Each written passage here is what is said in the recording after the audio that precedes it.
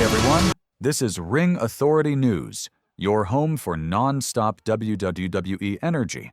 Subscribe now, and let's dive right into the ring. What unfolded on Monday Night Raw left fans stunned and divided.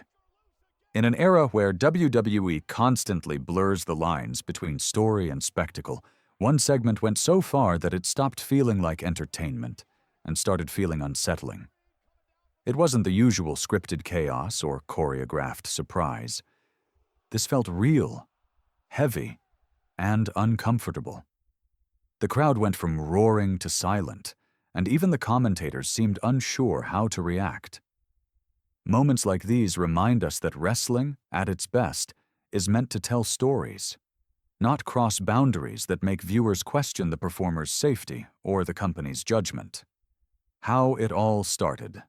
The rivalry between Bronson and Bron Breakker had been simmering for weeks. Two powerhouse athletes, both proud and fiery, clashing over dominance and respect. The tension had built naturally. Verbal jabs, backstage confrontations, and explosive matches that pushed both to their limits. But on this night, something went wrong. The energy in the ring shifted from competitive to uncomfortable. What was supposed to be another chapter in their story suddenly turned into a scene that left the audience unsure whether they were watching performance or something much more serious. When intensity went too far after an already hard-hitting match, Reed delivered move after move even after Breakker appeared down. The crowd's cheers turned to shock. The referees hesitated, perhaps unsure whether the sequence was part of the plan. But when the attacks kept coming, the atmosphere changed completely. It stopped being dramatic and started feeling cruel. Viewers across the world began asking the same question. Where was the line? Wrestling thrives on illusion, the ability to make audiences feel danger without crossing into it. This moment shattered that illusion, leaving even lifelong fans shaken. The power and responsibility of performance professional wrestling is built on trust. Every performer steps through those ropes knowing that their opponent is both rival and partner. They agree to tell a story together, to protect one another while thrilling the crowd. When that balance breaks, it doesn't just damage one match, it damages the credibility of the entire craft. The best moments in wrestling history weren't about genuine injury or uncontrolled aggression. They were about emotion, storytelling, and timing. This segment instead became a cautionary tale about what happens when intensity outweighs intention. The silence that followed. What made the situation worse was the immediate silence from management. No official statement, no acknowledgement on social media, just business as usual. That silence frustrated fans who wanted clarity. Was Breakker okay? Was this planned? Was anyone addressing what appeared to be an unsafe moment? When a company that prides itself on professionalism avoids explaining what the audience just saw, it creates confusion and distrust. Transparency doesn't ruin the illusion. It strengthens it by showing that safety and respect still come first. A legacy name. Left vulnerable. Bron Breakker isn't just another superstar. He represents a family legacy that runs deep in wrestling history. Carrying the Steiner name comes with pressure, pride, and expectation. Breakker has spent the past few years proving he's not just living off reputation. He's earning his place through strength, charisma, and relentless work. Seeing him lying motionless in the ring struck an emotional chord with fans who have followed his rise. It wasn't just one wrestler being hurt.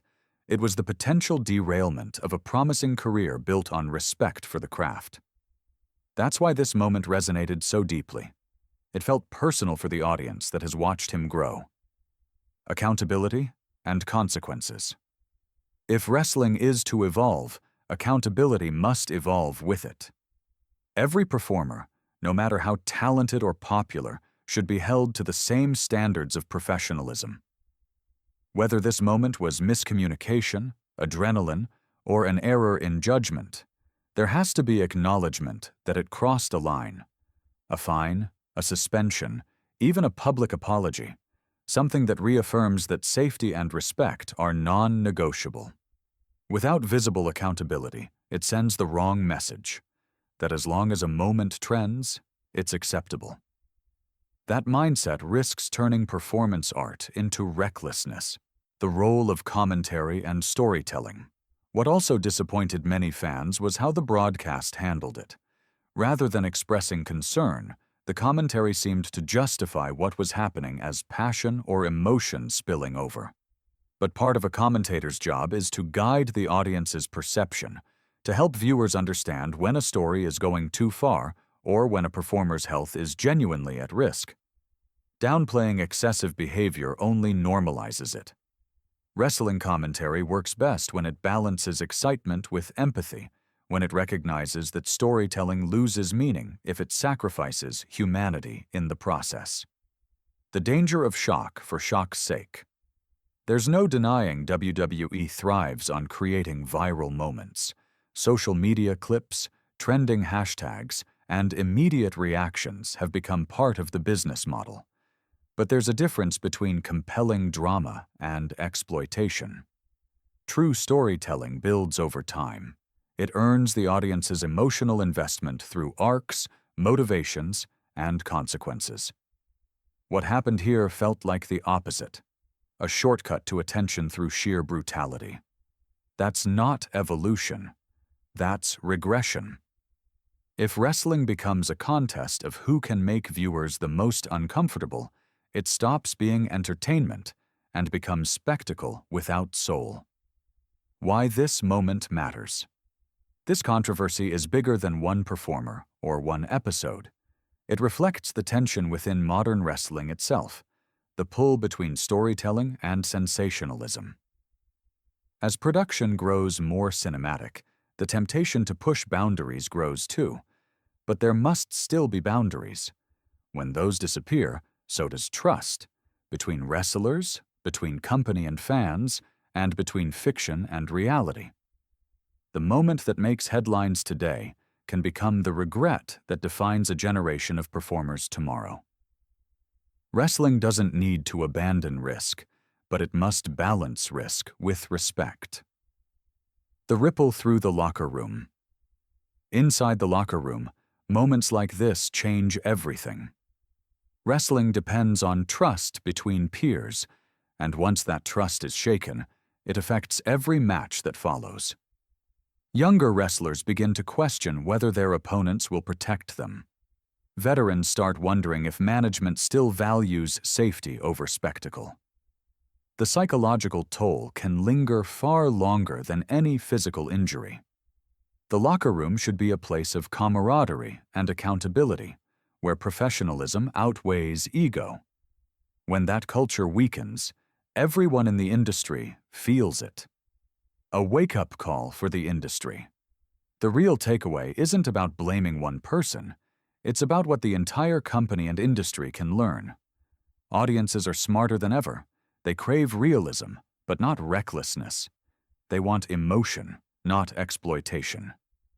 This moment should serve as a turning point, a chance for WWE to re-examine its priorities and remind everyone that athletic storytelling doesn't require legitimate harm.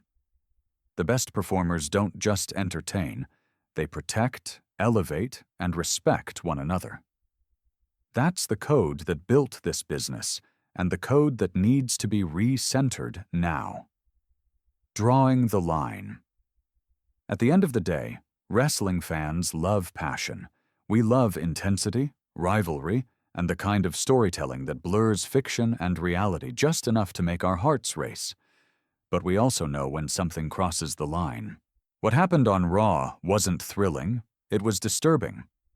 It left more questions than answers and forced everyone to look at where the product is headed. Fans don't want sanitized, risk-free wrestling. We just want performers to be safe, respected, and supported by a system that values their well-being as much as its ratings. WWE, and every company in the industry, needs to hear that loud and clear. The conversation. we need to have. This isn't about outrage for clicks or drama for engagement. It's about accountability in an art form built on collaboration and trust. Wrestling has survived for decades because it adapts.